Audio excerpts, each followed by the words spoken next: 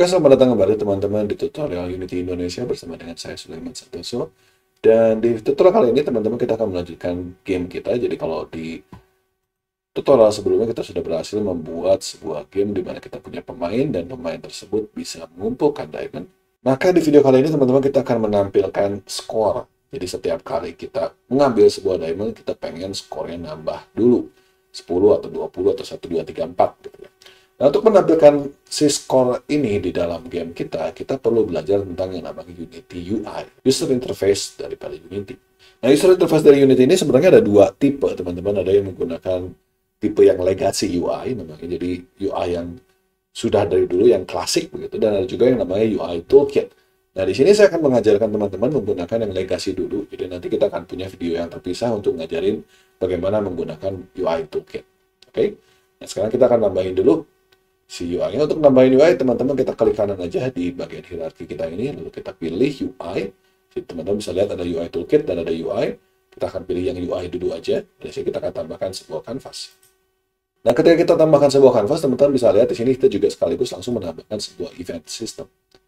Nah, ini udah pasti keluar, kalau udah keluar canvas pasti keluar event system. Nah, event system ini nanti adalah gunanya, game object ini gunanya itu adalah untuk mengatur event yang terjadi di dalam kanvas kita. Jadi kanvas ini teman-teman kalau kita double klik, ini ukurannya lebih besar dibandingkan game kita. Jadi teman-teman scroll ke dalam, nah ini gamenya segini, ini kanvas sebesar ini gitu ya. Nggak usah kaget teman-teman, karena kanvas ini nanti mengatur UI kita. Memang seperti ini tampilannya begitu ya. Dan kanvas ini nanti akan mengatur UI kita, supaya UI kita ini nanti bisa disesuaikan ukurannya sesuai dengan layar yang nanti kita punya. Gitu ya. Nah, kalau kita nanti menambahkan UI elemen ke dalam canvas ini, ya kita tambahkan sebagai child daripada canvas. Nah, ini kita kan kemarin punya diamond ya, supaya nggak terlalu mengganggu, kita bikin aja sebuah game object kosong.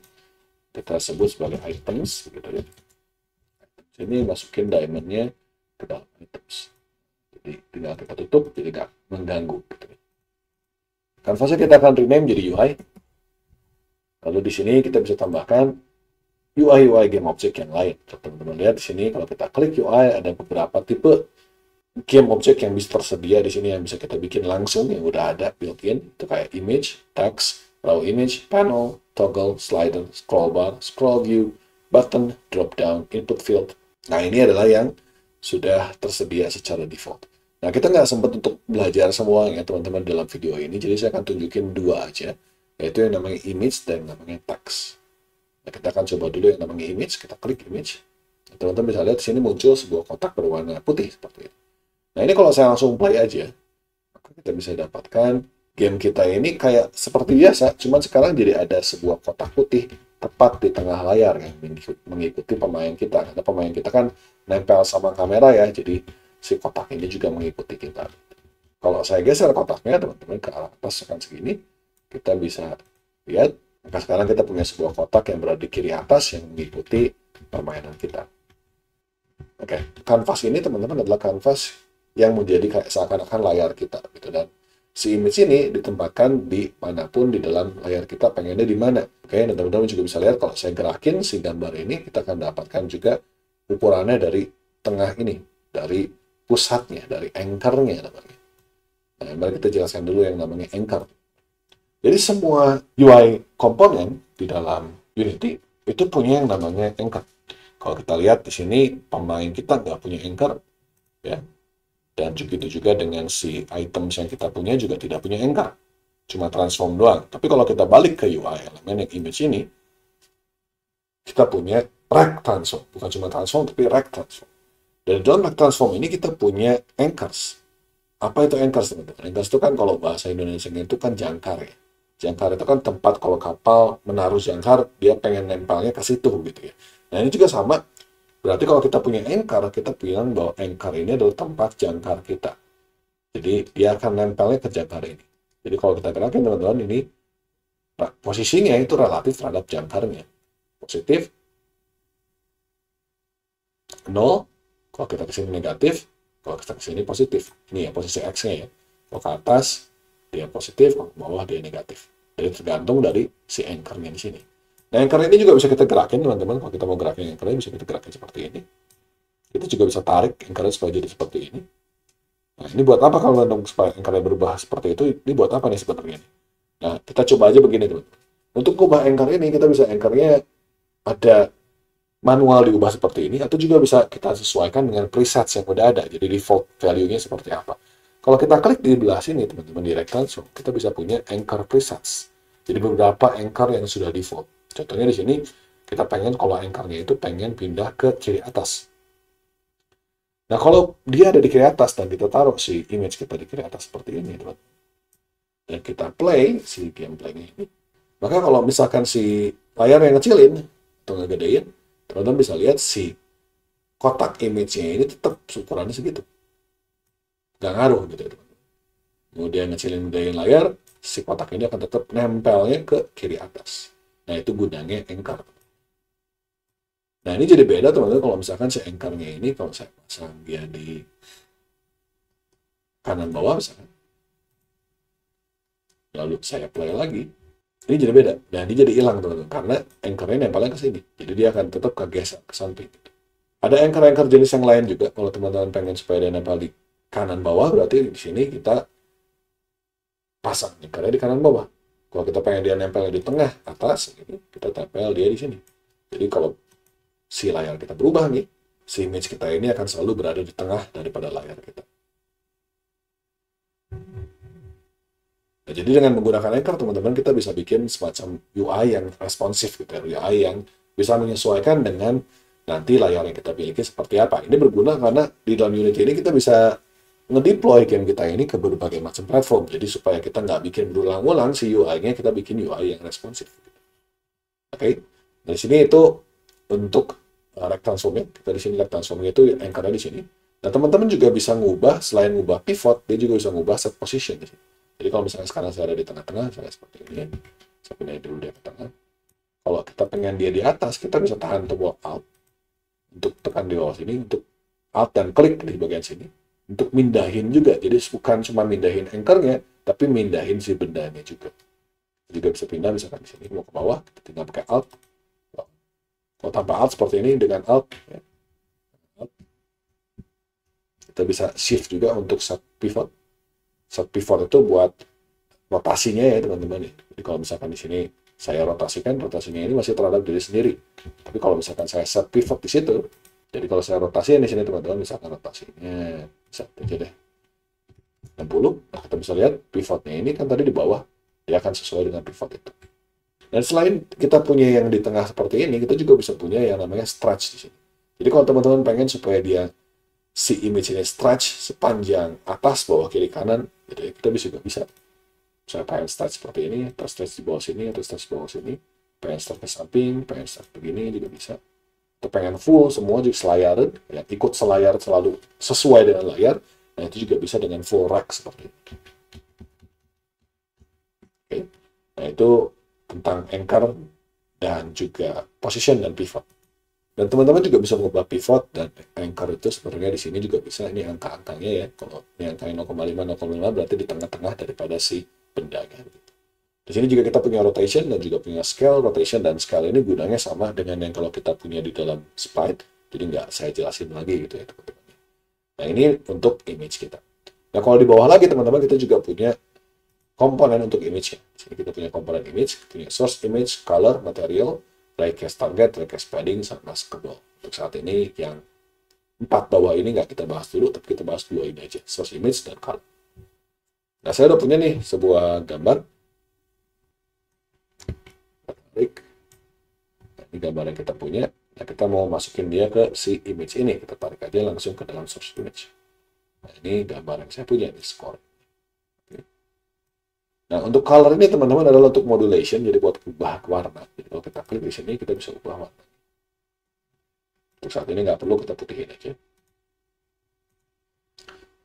Nah, teman-teman juga bisa lihat, begitu saya pasang source image, ya, teman-teman, kita punya tambahan pilihan. Di sini ada image type, kalau kita pengen dia slice atau tile. Kalau kita simple, berarti image type-nya sama seperti biasa. Kalau slice, berarti bisa dipotong gitu, teman-teman.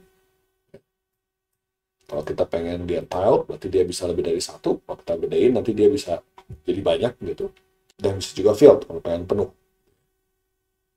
Untuk saat ini kita nggak akan ngomong ini dulu, kita balik lagi ke simple dulu aja. Dan kalau kita set native size, maka dia akan sesuai dengan ukuran asli yang saya buat. Nah, ini ukuran aslinya seperti ini. Dia akan set size-nya itu sesuai dengan konten yang saya punya. Kita udah punya skornya, kita mau pasang, kita akan taruh dia di kanan atas saja. Jadi kita akan pilih ke anchor-nya, kita taruh di kiri atas, kita pencet Alt, lalu klik supaya dia sekaligus pindah position. Nah, di sini saya akan kasih border sedikit aja supaya naik sedikit. Nah, seperti ini biar bagus ya teman-teman. Nah, kalau kita play sekarang, kita akan punya sebuah skor. Oke, tapi kita belum ada nilai di sini. Mari kita tambahkan nilainya. Nah, untuk nambahin nilai ini kita akan menggunakan UI elemen yang lain. Jadi kita akan tambahkan di UI ini, kita akan tambahkan satu buah UI elemen yang lain, yaitu namanya text. Nah, kalau teman-teman nanti begitu ngeklik text ini, keluar sebuah pilihan, yaitu untuk import yang namanya TMP Pro, teman-teman klik aja import gitu ya. Nah, ini karena saya udah pernah import sebelumnya, maka tidak keluar pilihan tersebut. TMP atau Text Mesh Pro itu adalah cara Unity untuk membuat tulisan. Jadi tulisan barunya Unity namanya Text Mesh Pro. Nah, ini adalah si Text Mesh Pro-nya ini. Kita mau taruh dia di sama juga, di kiri atas juga dulu. Nah, seperti ini. Jadi kita bisa pindahin sih ya. Kita pindahin. Sini aja dulu. Kita kasih dia warnanya hitam. Sini teman-teman bisa lihat. Di sini ada banyak pilihan sih sebenarnya. Kita lihat dulu sedikit aja ya. Rect transformnya sama dengan si image, jadi kita skip aja, kita langsung ngomongin soal si Text Mesh Pro ini aja. Kita punya teks di sini. Teks ini adalah tulisannya apa? Untuk saat ini kita kasih 0 dulu aja. Jadi kita pengen skornya mulai dari 0. Kita punya font, kalau teman-teman pengen nambahin font atau ganti font. Punya material presets, punya tipe font, kalau kita mau di bold, mau di italic, mau di underline, dan lain-lain. Font size-nya berapa. Mau di auto size juga bisa. Vertex color ini buat warna daripada si tulisannya. Kita bisa kasih gradient juga, kita bisa set alignment, kita bisa set spacing ya antara karakternya gitu. Bisa kita set di sini. Jadi ada pilihan-pilihan untuk UI text seperti biasa. Ada wrapping itu buat kalau tulisannya kepanjangan ke bawah nggak ada overflow. Kalau misalkan tulisannya lebih daripada kotak mau diapain. Ada horizontal mapping dan juga ada vertical mapping. Oke, kurang lebih seperti itu ya pilihan-pilihan pada teks. Kita kecilin aja teman-teman, kita kecilin lalu kita mau pindahin dia supaya dia masuk seperti ini deh. Ini kita masukin aja seperti ini. Saya pengen dia lebih gede sedikit, jadi dia akan sampai ke sini. Oke. Tapi sekarang saya pengen supaya dia munculnya ke samping. Jadi kita kasih dia right alignment. Oke. Oke, sekarang kita udah punya score. Dan kita udah punya image di sini.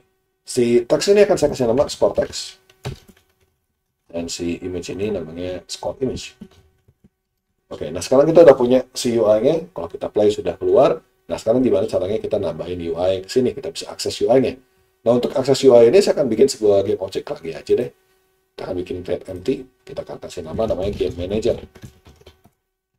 Si game manager ini kita akan tambahkan sebuah script baru. Scriptnya adalah game manager script. Atau game manager script. Saya double klik aja game manager script ini. Ini script saya masih kosong, teman-teman. Kita akan tambahkan di sini sebuah variabel private integer score. Jadi kita mau nyimpan si score-nya ini di dalam si manager script ini. Jadi si manager script ini gunanya itu adalah nanti menyimpan score dan juga nampilin score-nya. Maka selanjutnya adalah kita harus bisa mengakses si score text yang kita punya sebelumnya. Jadi kita ingat di sini score text-nya ini ada berada di luar daripada game manager. Jadi gimana cara kita mengakses si score text ini? Nah, caranya teman-teman kita akan bikin sebuah import dulu sebelumnya. Kita isi dulu. Maka kita akan tambahkan sebuah field yang dia serialized field. Yaitu tipenya TMP. Yaitu namanya score text. Oke. Nah, kalau kita udah save ini, ya kita balik lagi ke Unity. Maka sekarang kalau misalnya kita ke game manager di sini, kita bisa lihat sekarang kita punya satu buah properti buatan kita sendiri yang namanya score text dengan dia none. Nah, kita tinggal masukin aja score text yang kita mau ke situ. Nah, untuk ngetes teman-teman, kita akan bikin aja di dalam start, kita akan panggil score text sama dengan misalkan 20 deh. Ya, pakai string ya, karena text itu string. Kita coba. Nah, kita akan coba kita play teman-teman. dan ternyata skornya sudah jadi 20 di sini. Oke, berarti kita sudah punya teks yang sudah jalan. Kalau kegedean, teman-teman kita tinggal ubah aja si UI-nya di sini, skor teksnya ini. Kalau kegedean, font size-nya kita jadiin misalkan 24. Kita jadiin supaya dia ke bawah sedikit, jadi dia nggak terlalu mengganggu gitu ya. Nah, seperti itu misalkan. Nah, sekarang pertanyaannya adalah gimana caranya kita dari diamond yang kita punya di sini. Teman-teman ingat ya, ketika kita punya diamond behavior di sini, kita punya fungsi namanya onTriggerEnter 2D yang kalau kena player dia akan di-destroy. Nah, permasalahannya kalau dia di-destroy, gimana caranya kita bisa memerintahkan si game manager untuk nambahin skor setelah ada satu diamond di-destroy. Nah, sebenarnya ada banyak cara untuk kita bisa melakukan hal tersebut, ya, teman-teman. Kita bisa punya reference terhadap game manager di masing-masing diamond. Ya, kita bisa punya seperti itu, kayak tadi kita barusan nambahin si score text, kita bisa punya diamond ini punya game manager, nanti tinggal nambahin skor gitu ya. Itu bisa dilakukan, tapi kalau begitu berarti kita harus tambahin satu persatu gitu ya, si serialized field. Atau kita bisa pakai cara lain. Nah, kita kan coba cara yang lain lagi. Oke, jadi kita akan masuk lagi ke dalam codingan. Di sini teman-teman kita akan pindah ke game manager script di sini. Di dalam game manager script ini saya pengennya kita kasih 0 dulu aja ya. Kita kasih 0, skornya juga kita kasih 0 gitu. Di dalam game manager, saya pengen punya sebuah function. Sebuah functionnya namanya public void tambah score. Skor ini nambahin skornya sejumlah 10 ya, lalu kita akan tambahkan skor text dengan skor titik string. Kenapa skor titik string? Karena skornya tipenya integer. Kalau kita pengen masukin dia ke dalam label, maka dia harus berubah jadi string dulu gitu. Oke. Nah, kita udah punya fungsi namanya tambah skor. Tapi si tambah skor ini adanya di dalam si game manager script. Kita pengen manggil si tambah skor ini kalau diamond kita ini kena trigger. Kalau diamondnya kena tubruk, kita pengen panggil si tambah skor tersebut. Nah, cara manggilnya gimana? Nah, kita bisa panggil teman-teman dengan cara menggunakan kita cari dulu si game object manajernya. Jadi cara nyarinya gimana? Kita panggil game object, titik find. Ini adalah sebuah fungsi untuk mencari sebuah game object. Cari siapa? Kita cari game manager. Kebetulan cuma satu ya, teman-teman. Nah, ini nyarinya ini berdasarkan namanya. Dan kalau sudah dapat, dia akan return si game manager ini. Nah, sekarang gimana caranya kita manggil si fungsinya? Teman-teman, kita bisa melakukan get komponen untuk dapat scriptnya, lalu kita panggil langsung si metodenya. Tapi di sini saya pengen coba cara lain, yaitu kita pengen mencoba menggunakan yang namanya send message. Nah, fungsi send message di sini adalah untuk mengirimkan pesan dari sini ke sana. Jadi di sini kita panggil send message dong ke si game manager. Apa message-nya? Message-nya namanya tambah nilai. Jadi si message ini, teman-teman, isi daripada string send message ini adalah sebuah fungsi. Jadi tambah nilai. Jadi kalau saya panggil game object, find game manager, cari si game manager, lalu bilang ke game manager, tolong lakukan tambah nilai. Berarti di sini game manager punya fungsi namanya tambah skor atau tambah skor ya. Jadi kita ganti tambah skor. Jadi sesuaikan namanya dengan nama fungsi. Kalau di sini tambah skor, berarti di sini juga tambah skor. Oke. Kita balik lagi. Nah, sekarang kalau kita cobain, teman-teman, kita tambahin satu. Nah, ini skornya udah nambah. 20, 30, 40, 50. Jadi kita bisa lihat bahwa kita punya skor yang nambah terus. Nah, berikutnya teman-teman, gimana kalau misalkan kita punya diamond yang punya nilainya beda-beda nih. Misalkan si diamond ini punya nilai sendiri nih. Kita misalkan punya sebuah nilai di sini namanya private int value misalkan. Ya, private deh, kita mau serialize aja deh. Serialize field. Cara kita kasihnya 5 dulu deh. Nah, berarti kalau misalkan sekarang saya punya setiap diamond itu punya nilainya 5. Nah, kalau saya pengen nilainya ini, kalau saya jalankan di dalam si Unity-nya, teman-teman, maka setiap diamond di sini, karena dia prefab, dia punya value 5. Ya, punya ya semua ya. Nah, tapi saya bisa ubah, teman-teman. Di sini saya punya diamond yang pertama ini, atau yang di paling begini, paling ujung ini, pengen nilainya jadi 25 misalkan. Saya bisa ubah. Yang lain, teman-teman, nilainya masih 5. Saya pengen punya value yang ini misalkan lebih besar dibanding yang lain ya. Nah, kalau pengen seperti itu, teman-teman, berarti kan kita nggak bisa sekedar tambah skor aja. Karena tambah skor ini nilainya pasti 10. Kita harus oper nilai di situ kan. Maka kita bisa aja tambahin shift dalam function ini sebuah parameter. Misalkan kita kasih integer nilai, kan ini nambah skor tambah nilai gitu ya. Nah, kalau kita punya parameter seperti ini, maka ketika kita panggil send message-nya itu nggak boleh cuma begini doang, tapi kita bisa kasih operan. Di sini misalkan kali, yaitu si nilai ini ya.